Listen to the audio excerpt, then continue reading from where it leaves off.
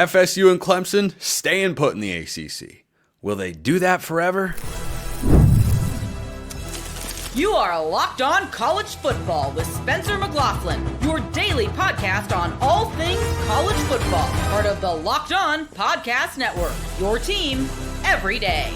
Welcome, everybody, to another episode of Locked On College Football. I'm your host, Spencer McLaughlin. Thank you so much for making this your first listen or your first view every day. Part of the Locked On Podcast Network, your team every day, and your daily source to stay up to date with the biggest stories in this, the greatest sport on planet Earth. Does Ole Miss finally make the magic happen in 2025? Is Illinois a surprise team in the Big Ten? All coming up on today's show, which is brought to you today by our friends over at FanDuel, of course. Right now, new customers can get $150 in bonus bets if your first $5 bet wins. Go check out FanDuel today. Kenton Gibbs, Locked On ACC, joining me here to discuss the matter that has settled. Dennis Dodd recently in a radio interview of CBS Sports, of course, discussed him on yesterday's show as well.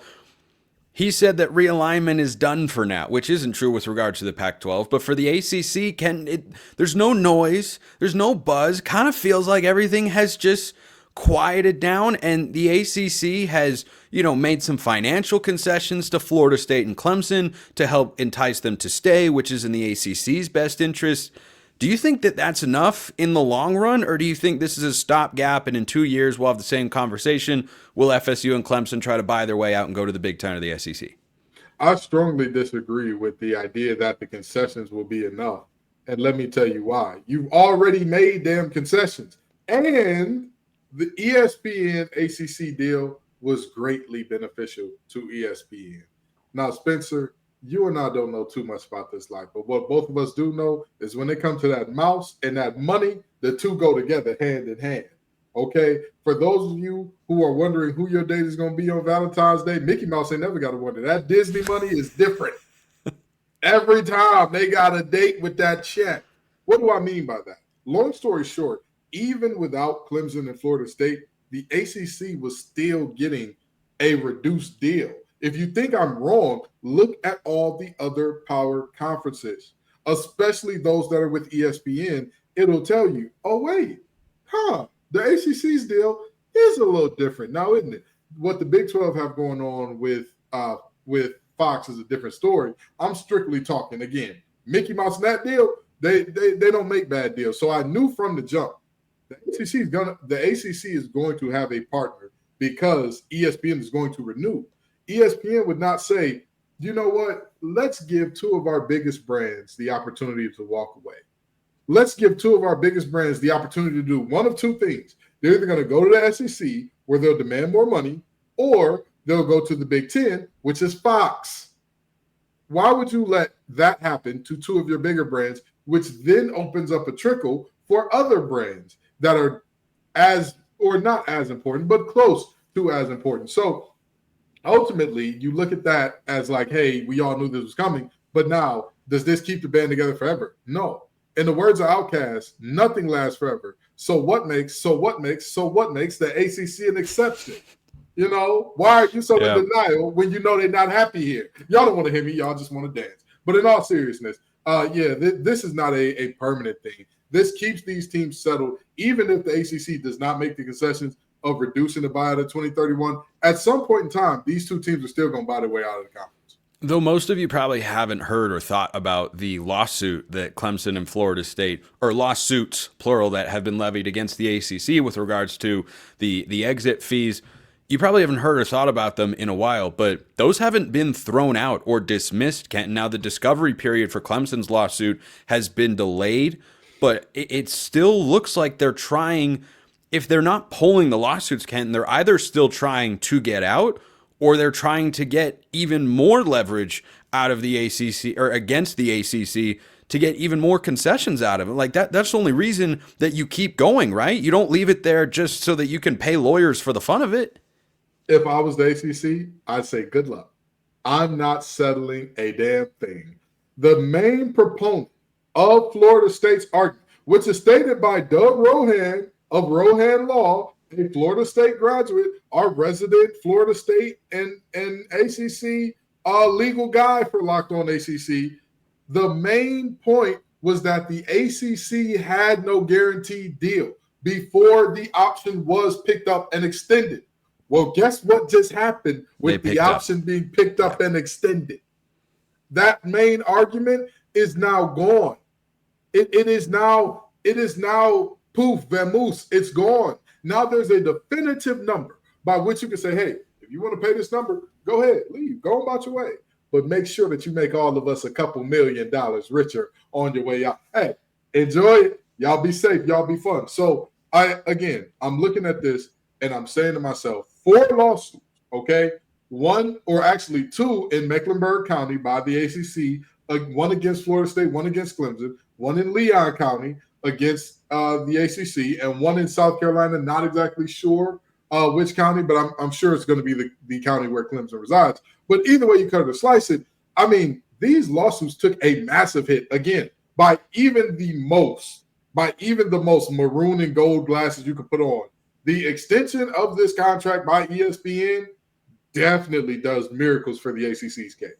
Yeah, and I'm glad you brought up the ESPN angle, because there is no reason for ESPN to want Florida State and Clemson in the Big Ten or the SEC, because they'll probably become more expensive entities at some point in the long run. Like, the ACC's deal is such a massive discount for ESPN. I don't think there is an upside to where they'd want to explore that option and risk having to pay more for the same teams. And then, they obviously don't care a ton about conference realignment, since, the TV networks have influenced it so much to this point. But something I wonder about from the university standpoint, Kenton, is the on-field results in football. This all happens or gets speculated, talked about, or teams have moved because they want to have, yes, the best financial situation that they can, but they also want to have access to the best conferences in the country. But now that you have, an expanded 12-team playoff that'll get to 14, and I think, sometime within the next 10, 15 years will be a 24-team playoff in college football, like what they have for FCS. I don't know that if you're Clemson and FSU, your desire to leave should be as strong. Clemson lost 4 games last year. Half of them were to the SEC. Florida State just tanked in the ACC, which I think was the weakest of the Power 4 conferences. So do you think those schools look at this now purely as a money play to get more from the ACC so they can be as financially competitive with the Big Ten and SEC as they can? Because going to either one of those leagues has to seem less appealing than it did 6 months ago. So here's the deal. I used to make the argument of, until players are fully being compensated, there is no reason to keep chasing more money, because eventually you hit an upper limit of there's only so nice a facility can be before, like, all right, you're no longer football players. This is a glorified circus with, like, oh, my locker room looks like a spaceship. Great. Where are your championship rings? Like, that's just, at some point in time, is what it comes down to. However, with the new advent of paying players above board, with that now coming in, for those of you who are listening and not watching, I did a little wink there. The reality is this. There absolutely is the need for more money from every program. Ohio State just did something that I said should have every high school player dancing in the streets. Nobody knew how much Notre Dame was paying for their roster, but it was speculated it was somewhere around the $8 to $10 million mark, somewhere in there. It was probably more, but that's what many people are speculating. Ohio State paid 20. Who was the national champion? There you go. Ohio State, last time I checked. There you go. So now there is actually a premise for these teams to say, hey, we have to keep up in the arms race. Hey, Bryce Underwood is going to cost us $12 million a year, $8 million a year, $3 million a year. Hey, a quarterback similar to him is going to cost us 3 to 4. Hey, how much are we paying for Nico in Knoxville? Hey, how much are we going to have to pay for this defensive line, premier edge rusher? How much are we going to have to pay for this left tackle? There is now a space where it actually makes sense for these teams to demand all this money. So if you're talking about sheerly the on-field results and whether or not the on-field results push these teams further or closer to leaving the conference, I'll say it like this. If there's a world where you can argue, hey, if you make more money, you will win more games, why would those teams not go chase more money, even if you can stay with a lesser amount of money in a conference where you could potentially win more? Yeah, that's that's a tough back and forth. It is. Absolutely. Me personally, I'd be fine whooping the wheels off everybody in the ACC. Yeah, that's being the top dog in the ACC. That's what I would do. Ask USC about how easy it is to just change conferences, or Oklahoma. Yeah, sometimes you can be Texas, but it seems like that's or Oregon in the Big Ten. But for every Oregon, there's a Washington. For every Texas, there's USC, UCLA, and Oklahoma, and it's a challenging ordeal. But hey, this will continue to evolve, which means one day we'll get Kenton Gibbs of Locked On ACC back on here as always. But next, we're pivoting to Ole Miss. Can they finally make it happen? Can Ole Miss finally get the right witch's brew of ingredients to make a magic potion that gets them the SEC championship game? First, this episode brought to you by Factor Meals. Looking to optimize your nutrition this year, Factor makes eating well easy with chef-prepared, dietitian-approved meals that are fresh, never frozen, and ready to heat and eat in just 2 minutes. With 40 options across 8 dietary preferences every week, you can customize your meals to fit your lifestyle, whether it's Calorie Smart, Protein Plus, or Keto. Plus, Factor even offers wholesome smoothies, breakfast, and grab-and-go snacks to keep you fueled all day long. I'm a big meal prep kind of guy, and Factor's here to make it easy for you. You can eat great meals that are delicious and nutritious. Eat smart with Factor. Get started at factormeals.com/LockedOnCollege50off and use code LockedOnCollege50off to get 50% off your first box plus free shipping. That's code LockedOnCollege50off at factormeals.com/LockedOnCollege50off to get 50% off plus free shipping on your first box. Go check out Factor Meals today. Will 2025 finally be the year that Ole Miss, becomes that elite team in the SEC? Is this finally the year? Seven Willis of Locked On Ole Miss is here. Let's start right there, Steven. Do they have the roster to do it? Like, is this finally the year, or are we back to tempered expectations, middle of the pack, 8 to 9 wins? That's all good and fine for Ole Miss. The roster at Ole Miss is not as good as the one that was in 2024. Obviously, just look at the NFL Combine statistics. I mean, that's not exactly breaking news, but this roster is still probably a top 3 roster in the history of Ole Miss if the 2024 one was there. The problem that they have is the experience factor. Whenever you're breaking in a new quarterback in Austin Simmons, which everybody loves, everybody is so hyped out about Austin Simmons and what he can do at the quarterback position, but the experience just isn't there. So there's a little bit of an element of wait and see, but it's not going to be a situation to where you're going back to, 2008 Ole Miss, to where you're just hoping to be good and get into the conversation, or even before them when you just want it to be anywhere near the conversation. I think this Ole Miss team is squarely in the conversation. If you look at their schedule, I can see them being favored in 11 games that they play. I could, at a minimum, 10. And if you win 10 games, you go to the college football playoff. So this Ole Miss football team can absolutely make the playoff.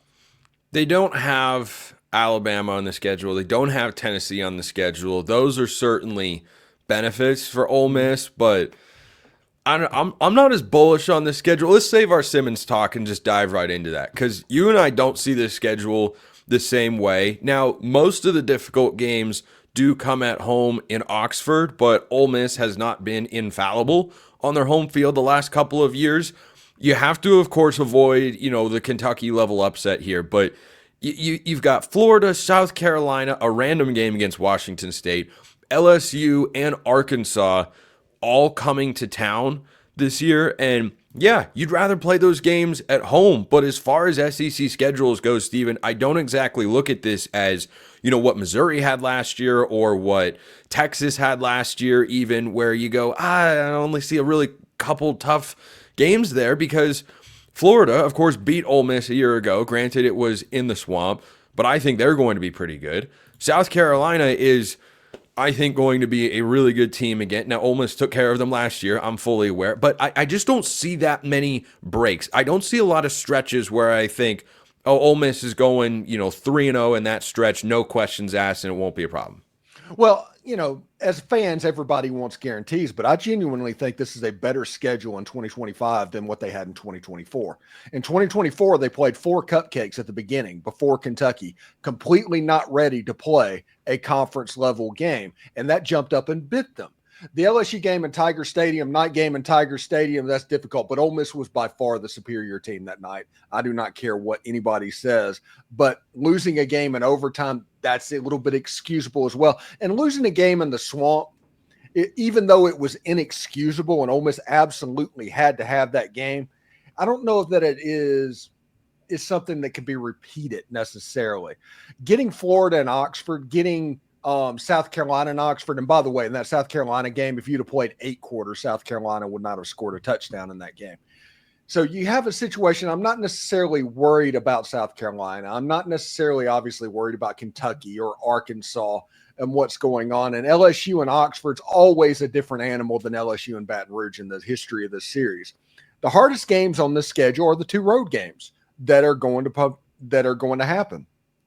At Georgia, which that's the one game on the schedule that you would put on and just straight L and just see what we can do from there. And Oklahoma, which they're going to be better. I don't know how much better they're going to be in that situation. If Ole Miss can pull that game out to where you have a margin for error game in Oxford, all of a sudden 10 wins becomes a very real probability.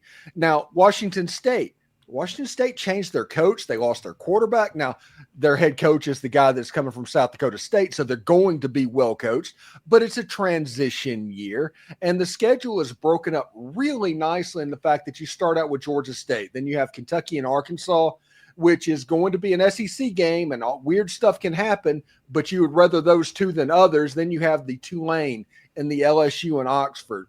Then the really hard games against Georgia and Oklahoma hit. Then you have the South Carolina and Florida thing with sandwich with the Citadel in the middle, and then you have the Egg Bowl at the end. I actually really, really like this schedule as far as being good enough that it's going to threaten Ole Miss. I think that Ole Miss is at its worst when it's not threatened. Whenever they do not have to worry about it, they are the world's worst of looking over opponents. Whether you want to call it that or not, this schedule is going to make it to where you can't necessarily do this. This is going to require a good bit of focus, but you still should be favored in most of the games. I agree they'll be favored in most of the games. I'm curious to see what happens with Oklahoma. They bring in, speaking of Washington State, John Mateer and Ben Arbuckle from up in Pullman. The offense should be significantly improved. Their defense was really good this past year, but that's the second week of, you hear this in the NBA a lot, second week of a back-to-back. You've got back-to-back road games in the SEC. That's not a supremely common feat. Usually if you play 2 in a row away from home, you've got a bye sandwiched in between. But the interesting thing for Ole Miss, and Washington State, by the way, Stephen, if you didn't know, has 57 new players coming in for 2025. 16 of them from South Dakota State making their way to Pullman. I'm interested to see what that looks like. I don't expect the Cougars to be able to pull that upset in Jimmy Rogers' first year. But you have the LSU game at home. That's not going to be easy with Garrett Nussmeier there, veteran quarterback against an inexperienced one in Austin Simmons, who we'll talk about in a moment. Then you go on the bye before you get Washington State. You could even see that as a scheduling break because you kind of get a get right, tune up, get back into the swing of things off the bye opportunity against Wazoo at home before you go at Georgia and Oklahoma. But Georgia, Oklahoma, South Carolina, there's at least one loss in there, and I'd pick 0-3 before I pick 3. I'm not saying I'm picking 0-3 there. I'm just saying I would see them going 0-3 in that stretch before I saw them going 3-0. And I don't think they're losing to South Carolina. If the South Carolina that I saw is any indication, I mean, Lenore Sellers is a good quarterback, but if you take away his legs, they are not a threatening team. That's all that Illinois did, was just to make it to where he could not beat him with his legs. It's like throw the ball to beat us. And Pete Golding is a master at that. I'm worried about Florida more than South Carolina, and then the 2 road games. So those are the 3 games that are really on my radar at the moment. by the way, I just want to make sure that I have put this thought in your head now so it can manifest over the next, half a year or so as we wait for college football to come back. don't sleep on Mississippi State. They are going to beat somebody in 2025 that nobody thinks they should. I have had that take for a while. I don't know that it's going to be Ole Miss, but there's going to be a game. Mississippi State will beat someone that you look up and go, wait, they beat who? They're doing what now? How did that happen? And everyone's going to be pondering how that happened. And I won't be surprised by it. But you want the prediction? I'll tell you which game it's going to be. Yeah, hit me with it. They're going to beat Tennessee. Oh, there it is. Bang. Mm-hmm.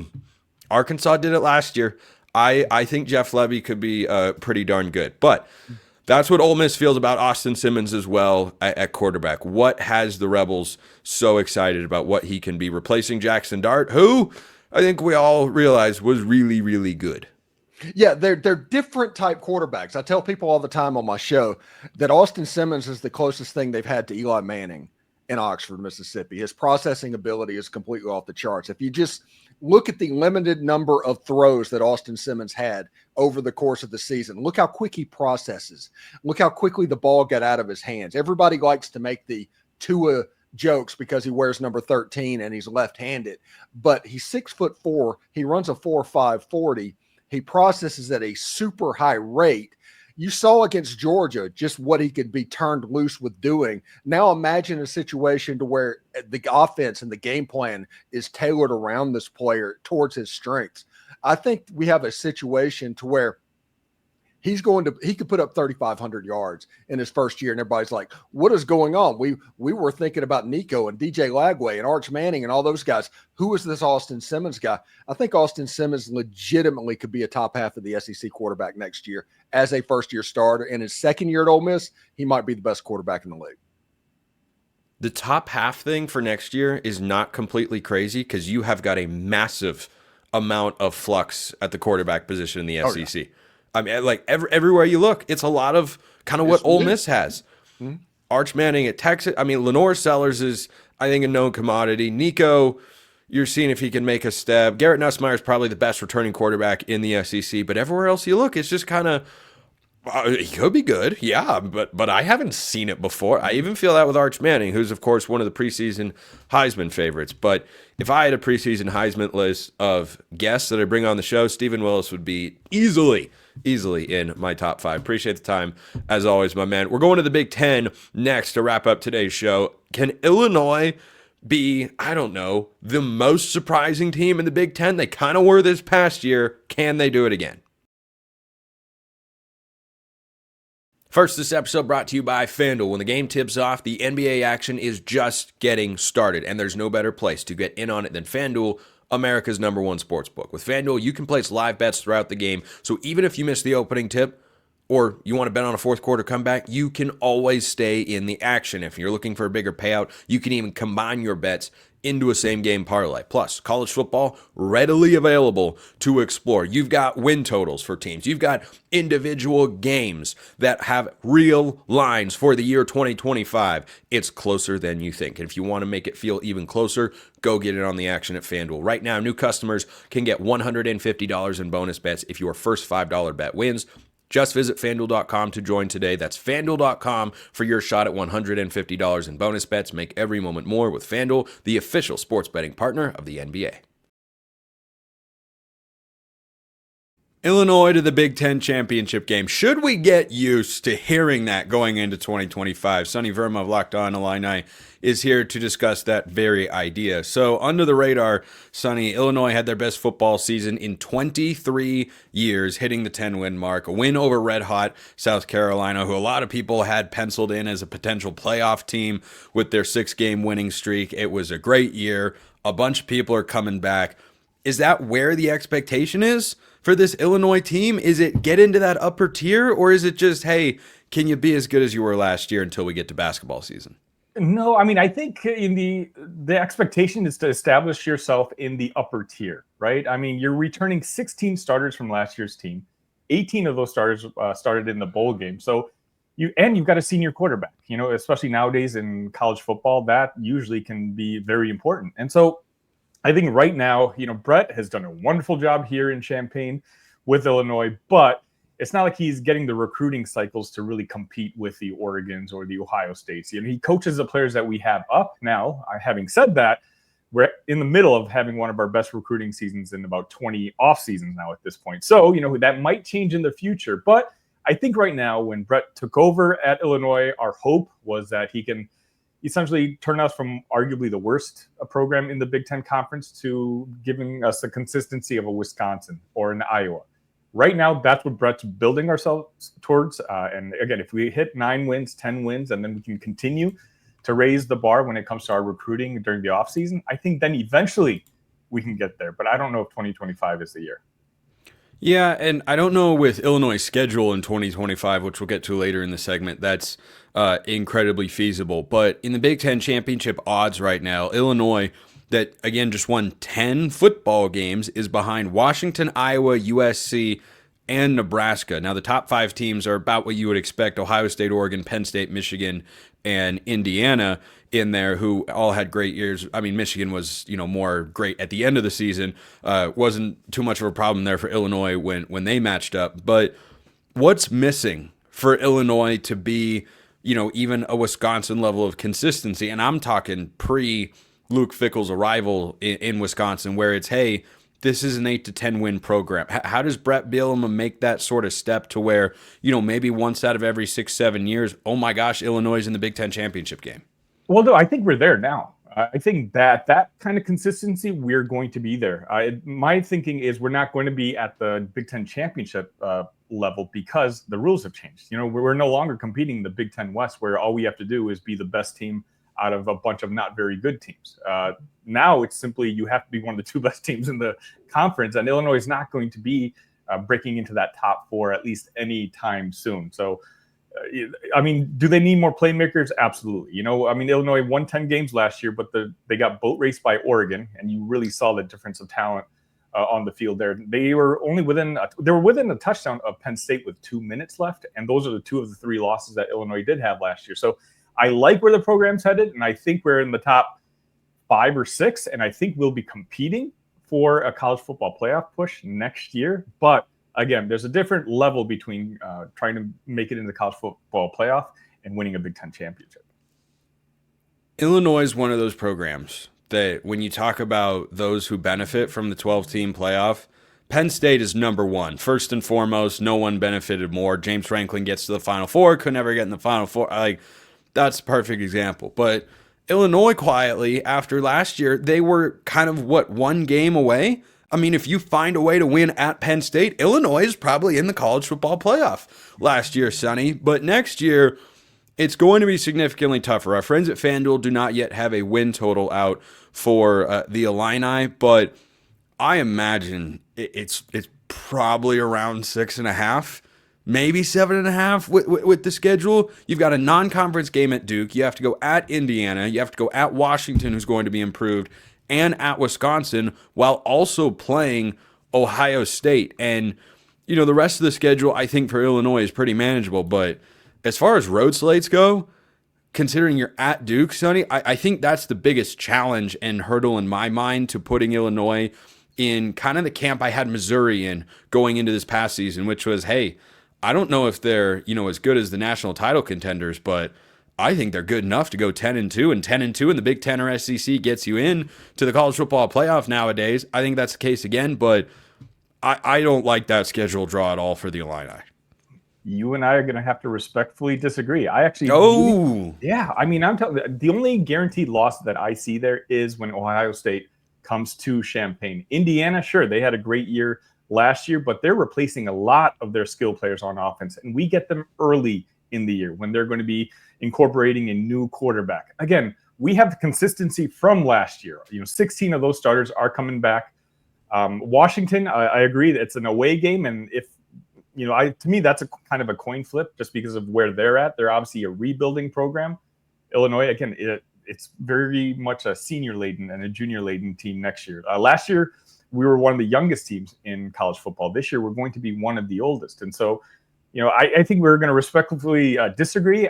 If I was FanDuel, I would place our over-under probably right around 7.5, if not even 8.5, because I just think the talent, when you talk about USC, I don't know what's going on with USC, but I trust a Brett Bielema senior team over what Lincoln Riley is doing with USC right now. Wisconsin's kind of in a flux. We know Luke Fickell's seat. Whether if it's not scorching hot, it's at least very, very warm. And right now, maybe it's me drinking the Kool-Aid, and maybe it's, again, folks who are in the Locked On Illini Discord, we all seem to tend to agree that anything below 8 wins would probably be a disappointment for next year. I do like the back 4 games, the final third of the season, 3 of 4 at home. You have a bye tossed in there, and it's Rutgers, Maryland, at Wisconsin, and Northwestern. I think that should be 3 wins, maybe 4. I just, as I said, I don't love the road slate here for the Illini. You mentioned 16 returning starters, which is one of the reasons that expectations are so high for Illinois compared to the past. But 2 of the guys that are gone, Pat Bryant and Zachary Franklin, that's a tough couple of guys to lose for Luke Altmaier. How do the Illini replace those standout receivers? I mean, you're absolutely right. But the year before, we had to replace Isaiah Williams and Casey Washington, both who went to the NFL. So the same question was asked then. Right now, it just so happens that the wide receiver room, when it comes to young talent, outside maybe running back, is probably the most talented room that Illinois has had since Brett Bielema took over. So there's, a couple of guys who are, Malik Elzy, Colin Dixon, who we're hoping are going to be able to step into that role as a number one. And, and we just got the kid from West Virginia as well. His name escapes my mind at the moment, but, I understand the hesitation of it, but I think that offensive line it's basically all 5 seniors. We're going to have a loaded running back room. Luke Altmaier throwing the balls. I think I have a little more confidence in that wide receiver that they're going to develop as this last year's class did. Sonny's feeling good. If that's good enough for you, and when the Illini's win total comes out on FanDuel, hammer the over. Everybody, just hammer it if you trust him more than me, which you do, whatever you like. It's free country and whatnot. Sonny Verma, Locked On Illini. Appreciate it, my man. Appreciate everyone listening. I will see you next time. And until then, hope you have a wonderful rest of your day.